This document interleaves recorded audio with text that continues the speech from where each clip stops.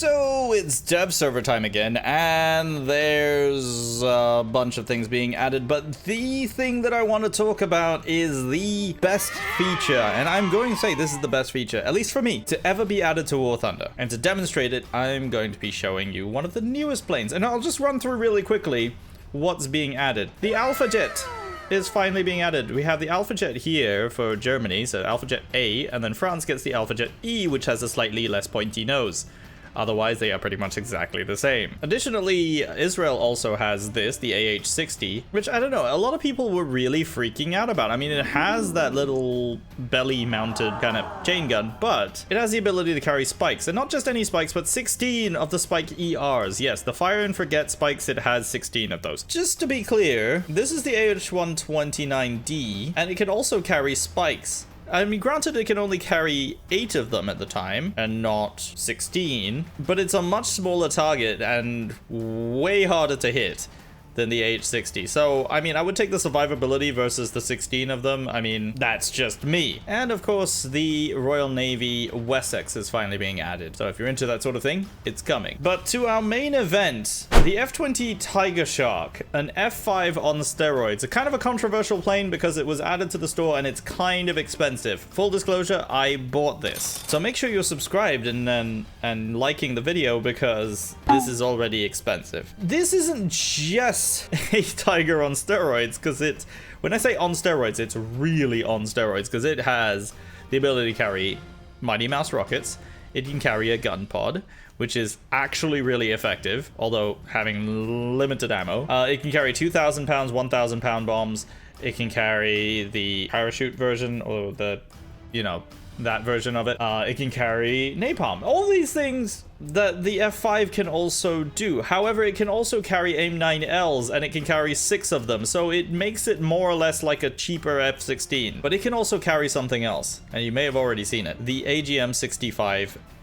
If you want to go ground attack, you can carry Mavericks in this. And look at that gun pod. How does this land without scraping that thing off completely? But if that's not your thing, you can also carry Sparrows on this, the AIM-7F, because this Tigershark has a radar, which the F5 does not have. So all this is to say is that, you know, despite it being essentially an upgraded Tiger at 12.0 and being one of the first few rank 8 premiums, which, you know, the long time ago War Thunder said they weren't going to be adding top tier premiums, and here we are. That's questionable, and I can understand people being really annoyed at that. But I'm going to use this to demonstrate something. And then you may have noticed already one of the key differences between the F-20 and the F-5 in that it is no longer a twin-engine aircraft. In fact, essentially, this is an F-16. It has a very powerful single engine. And when I say very powerful, I think I may need to close the cockpit for this because we are going to need to do that. And away we go.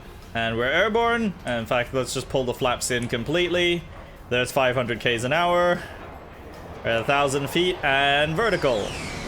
In fact, just to be sure we are actually going vertical, let's use the HUD here. There we go. That's more or less dead vertical. And, I mean, we're losing speed, but we're not losing speed as fast as you might expect. All right, let's just level ourselves off here before we completely stall it. And there's 12,000 feet. So, that's a lot of power, but also we used 4 minutes of fuel to do that. So kind of a thirsty boy, but also this allows me to demonstrate one of the newest features that's just been added, because instead of taking just the minimum load, we can go and customize the amount. Now you still have the amounts here, full tank, minimum load, 20 minutes, but you can also use this slider, and this slider doesn't quite calculate 50, like 50% is here. That's not 50% of the bar, that's just 50%. And then it, yeah, I'm sure they'll fix that, but yeah, the fact is you can take any percentage of fuel that you want. So if we don't want 20 minutes, we can take 18 minutes. Or we can take 14 minutes. And there we go. We still have that little bit of extra fuel. It doesn't cap it out at exactly the same amount that you would expect. So if I say 14 minutes, it's not going to give me exactly 14. You still have that little bit of extra fuel so you can take off without cutting into your flight time. So that's all been nicely adjusted. Really, really good quality of life feature. But also, the other quality of life feature. So I've been talking about the most exciting thing, for me anyway. I never use these Mavericks for the simple reason that the way that you have to use them is this. Here's your TV screen, and I'm apologizing if this is about to give you motion sickness, but really, this is how you used to have to do it. But yes, if I hit the spacebar or my fire button, the missile seeker is now on. That little white box is now my TV guidance. And so if I look for, let's see, we've got that little tank down there, little white box. Okay, that's not good. Let's relay that. There we go. And missile away. And that should hit the target. Well, it didn't. It missed completely. But the fact that you can do it that easily is still way better than it used to be. Now, of course, you can do it from any angle you want. So if, let's say, I don't want to fly directly at the target, I can still do it. So long as my pod can aim at the target, I can still do that, fire the missile, and then go a different way. So it functionally is still the same, except that we now have to use target pointing for this. And also, there is a tutorial for all of this stuff now, too. So you're not going to be completely lost. Unless you're me, in which case you'll always be completely lost. But also, just so we can shut that SPAA up that's locking me right now, let's see how effective this 30mm gun actually is. I don't expect the F-20 to completely replace the A-10 for sure burtability, but that works very well. Doesn't have a lot of ammo, but it works. And they also can be slave to the gun sight. So you can actually like use your radar. If I can find a target, you can actually lock onto them. In fact, we might even try it with the Sparrow here, because this radar is not that bad actually. Like coming from Phantoms, which is what I normally fly in ARB, this is a big, like a really big change. So let's see if we can lock up this MiG-15 here. Okay, there we go. We got it locked. Missile away. No. I mean, it didn't lose lock at any point during that, so that's still something. So just lock that up. That locks up in no time at all. I mean, I get that I'm, using ACM, but still, that's really impressive. I'm gonna see if I can get him with the guns. Slowing down a little bit. I mean, I'm at 59% throttle, and it's still maintaining 900 Ks an hour in the slightest of dives. All right, let's see. Let's get that on there, and oh, beautiful. But honestly, yeah, that's the F-20. I mean, okay, comparing it to the F-16 seems a little unfair, since that's a much newer kind of plane, I think. It seems a little unfair. But at the same time, it is going to get compared to that. It's the closest kind of dogfight-capable plane at that BR. So comparing it to the F-16, I feel like this is slightly faster in a certain way. Like, it definitely feels like it accelerates faster. It's definitely smaller, if that's kind of an advantage. It turns pretty tightly, but I mean, that could be comparable to the F-16. It may even turn slightly tighter. Actually, I'm going to correct myself a little bit. I think the F-16 accelerates slightly faster. In terms of the top tier F-16, I think it accelerates a lot faster, but you know, who's counting, right? But yeah, overall, good plane. But it's getting into a plane like the A-10 or any dedicated strike aircraft, where you start to see just how powerful this new quality of life feature becomes for ground RB and for CAS in general. So love it or hate it, CAS is sort of getting buffed by making this a little easier. So what we have here is 6 Maverick missiles compared to the 2 that the F-20 can carry, as well as 2 GBU-8s, and for comparison, there are 2 Mark 84s under there as well. I can definitely see this being far more effective now that these missiles are so much easier to use. So like, once again, we're gonna shut that Tunguska up by just gently placing this seeker on there. No, that's the wrong one. There we go. And fire away.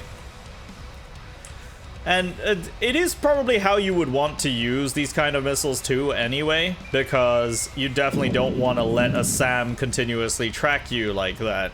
So being able to pop a missile off and then duck for cover is pretty useful. But the fact that you have 6 of them means that you can fire these off as you wish really quickly. Oh, I kind of blew myself up there. But you get what I mean. You can really spam them. But if you're not a fan of TV-guided missiles, well, you still have laser-guided bombs. So what does that look like with this new system? Well, you can still do it this way by designating a target, and that will give you the screen to use, hopefully. There we are.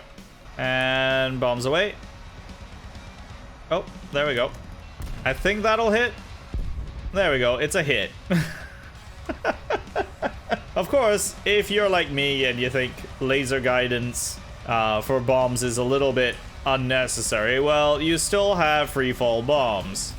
And to be honest, they work a little simpler. This feature is definitely not going to be for everyone. I think a lot of people are going to absolutely hate the fact that ground RB is going to become easier for planes, because I don't think anyone was ever asking for that. But this, the newest Buccaneer, has these gigantic TV-guided missiles, which are really good at one thing: standoff distance. They're quite slow, but they are very big, and they're pretty accurate. I actually was not expecting that to hit at all. But I love these pink Buccaneers, and yeah, that technically is considered pink, but it's great. I think the Buccaneer is honestly one of the most, like, underappreciated planes in War Thunder, but that's just me. Ooh, what the heck did it just lock onto there? There we go. Oh, only a hit. Well, of course, the Buccaneer still has bombs. It's just this, the S2B is still the only version that gets these missiles, so depends on really what you want to do. I can't seem to lock up this tank right here. It just seems to want to lock onto the ground. There we go. That seems to work. But yeah, it didn't get a kill.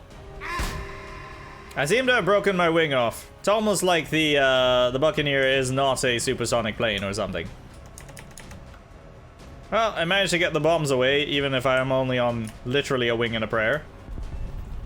And you know what, that took out the T-64, so, you know, where the missile fails, the bombs come into play. I'm sure what you're all wanting to know is, well, what is this actually like to play? So we have our 3 different missiles here. We have the Sparrows, the Sidewinders, and the Mavericks. And given that there's no ground RB going on right now, this is all we've got. It's literally me and like 2, 3 other people, 4 other people, something like that, and the rest are bots. We make do with what we've got. But also, this is a fairly light loadout, so the plane is hitting its speed limit pretty quickly, but it just kind of goes to show just how powerful that engine really is. And we do have, like, I don't know if you can see it, but like there's a lot more wing area just around that compared to the F5, which is really interesting. I don't know, I just find the whole F20 really interesting. All right, I'm gonna switch over to the Sparrows here and see if we can get a kill. Obviously, it's not gonna be as representative of what this will be like in the main game, just because of how, well, the bots aren't gonna be like real players. All right, there's a Mirage there.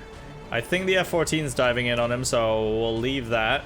I'm gonna go for the Nesher up here, I think. Oh no, there's the MiG-21. That's closer. We'll go for him. Come on, Sparrow.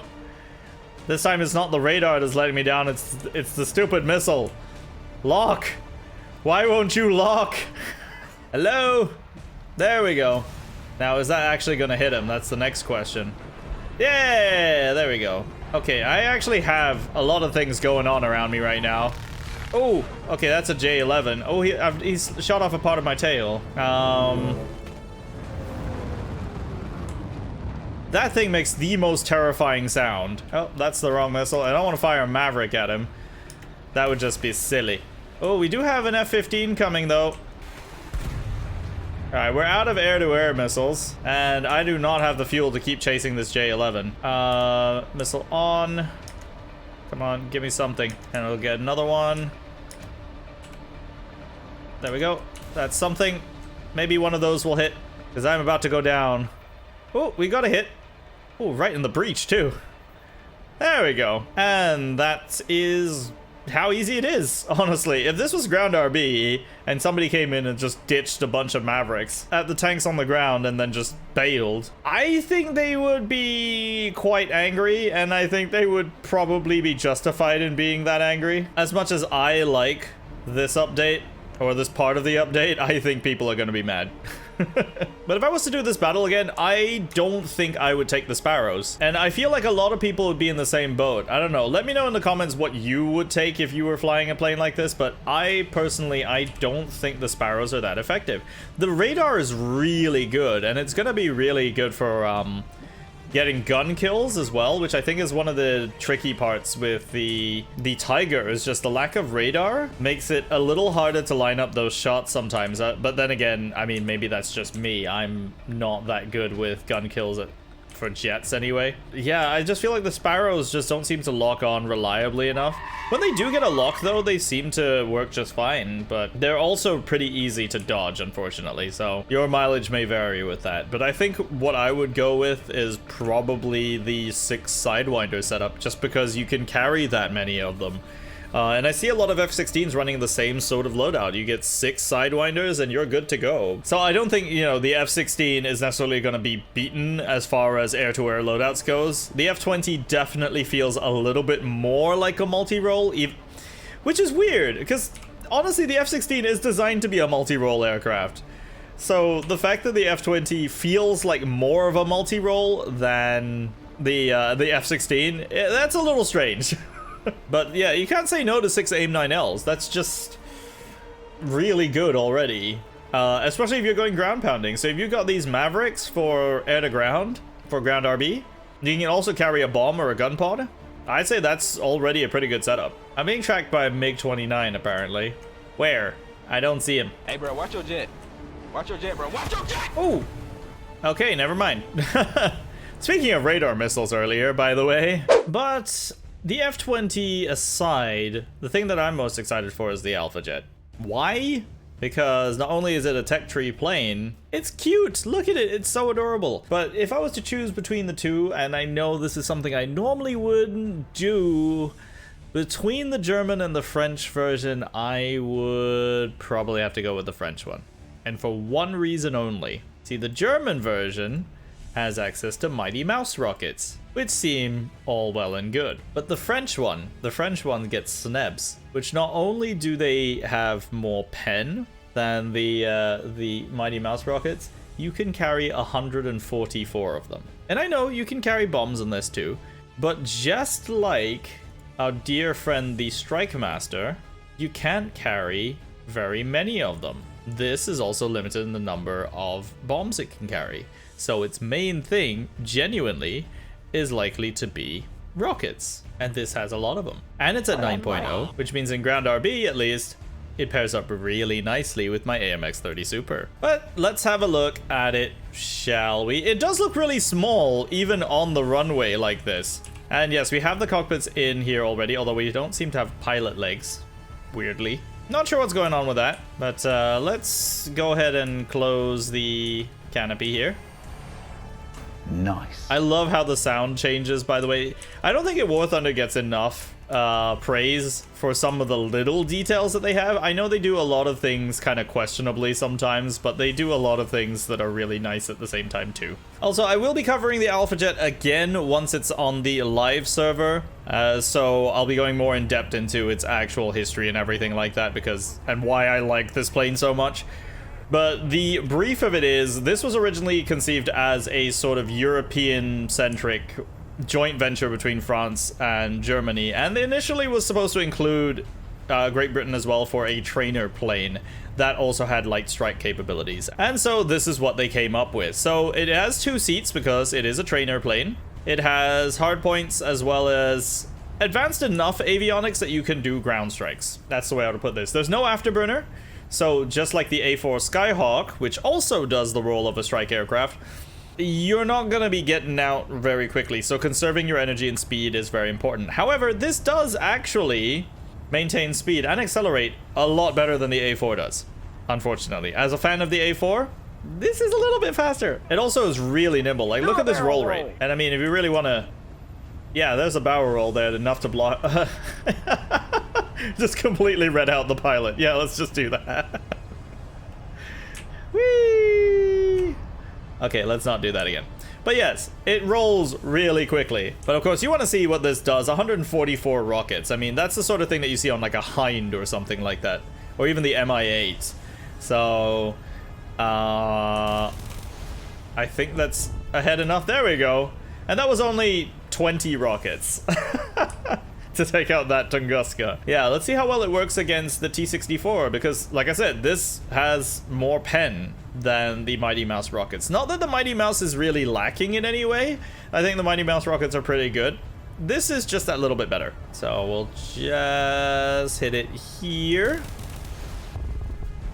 Ooh, okay, we tracked it. Didn't quite get through it, though. I don't have quite the angle for it, but I think we can fix that. Also, a good view of that little gun pod underneath there, which you can remove, by the way. You can completely remove the gun and just make this literally just a trainer plane if you really, really want to. And there. I think I'm hitting it a little too low, but that's enough to take out its engine and stuff. So, I mean, you can be really annoying in this plane, considering it is fast enough to get away. I mean, this is sort of similar speed to, like, the F-3D that I use a lot. Like, it's subsonic, but it's still fast enough to get out of the way and into cover really quickly. And we still have 80 rockets to spare. That's a lot of rockets with a lot of power. And don't get me wrong, the German version of this can carry quite a lot of Mighty Mouse rockets too, but yeah, this is just that little bit better. Also, I prefer this kind of rounded nose to the pointy one of the A variant, but that's just me. Otherwise, performance-wise, they're basically the same.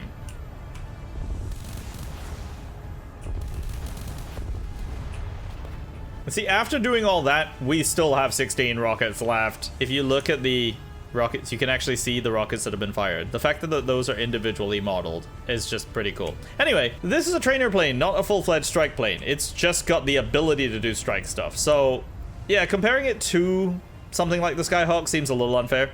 That does have sidewinders. Not great, but it at least has some air-to-air capability. And this doesn't. This has none of that. It doesn't even have a radar, because again, trainer plane. Yeah, I mean, I don't know what else you would really expect, because it is not really necessarily a first choice combat aircraft. But also, not forgetting, this doesn't have countermeasures. Like, no chaff, no flares. So that's something to bear in mind. Although when I say limited anti-air capability, I guess it's only limited by your skill level. So there's that. Just giving another quick rundown of what else is available. We have an all-new Chinese IFV, which looks a little bit like the BMD-4 or BMP-3. I'm not really sure which one, but it definitely has very sort of Russian looking styling, but it is more or less entirely a Chinese design. The Italians, of course, are getting the Centauro or the Centauro RGO, and the French have an all-new anti-aircraft. But the highlight for me as far as ground vehicles goes has to be this, the little Fox. Now, if that gun looks familiar, it's because this is essentially the 30mm Rodin that you get on the Warrior. And love it or hate it, it's still a pretty potent gun when it, you know, when it manages to hit something. But also, the Fox is this tiny, and I really do mean tiny armored car. I mean, it would give the AML-90 a run for its money as far as, like, hideability goes. But also, look how fast it is! We're at 100 k's an hour already. This is sort of like the top speed that the Striker is supposed to do, and hardly ever does. The only downside is it only weighs 6 tons, and I know that sounds like a lot, but 6 tons for an armored vehicle is really, really, really light. So you're gonna bounce around a lot, and this gun is not stabilized. But let's just have a look and see how well this gun performs. So, oh, it's 300 meters. All right, let's go there. I mean, it's hitting. Yep, it's hitting. Well, that's, of course, if you don't use the actual APDS rounds that this has. So 110 millimeters of penetration. Let's see how well that works. If we can stop bouncing.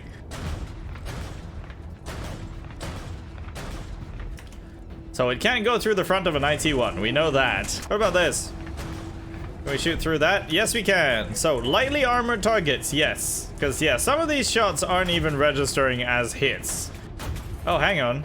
This is actually going through.